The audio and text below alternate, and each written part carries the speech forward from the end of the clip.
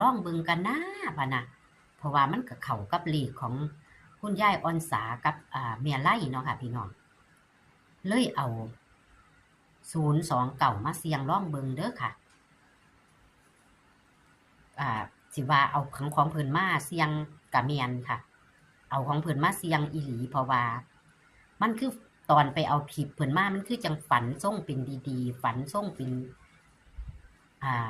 เป็นเรื่องเป็นราวนะก็เลยว่าเอามาเสี่ยงลองเบิ่งกันนะมาเสี่ยงพี่น้องเอ้ยก็จังซี่แหละก็เลยฝันจังซี่ล่ะค่ะไปงานเพิ่นไปพ้อเด็กน้อยนี่ล่ะไปพ้อเด็กน้อยนี่เพิ่นอุ้มเอาเด็กน้อยแหมพี่น้องเด็กน้อยก็อุ้มจังไดจังอุ้มเอาได้เด็กน้อยผู้บักใหญ่คือกัน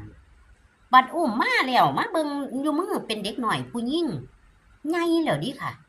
เป็นสาวแล้วพะนะสิเป็นสาวแล้วเลี้ยวเห็นอยู่ในมือก็ของอุ้มแลนดิพี่น้องบ้านนี่อุ้มไปนะปานใดก็อุ้มไปสิอุ้มไปส่งเขาสิอุ้มไปส่งข้าเจ้าอยู่เฮียนหลังหนึ่งอีกพะนะอุ้มไปเทิงมีตุ่ม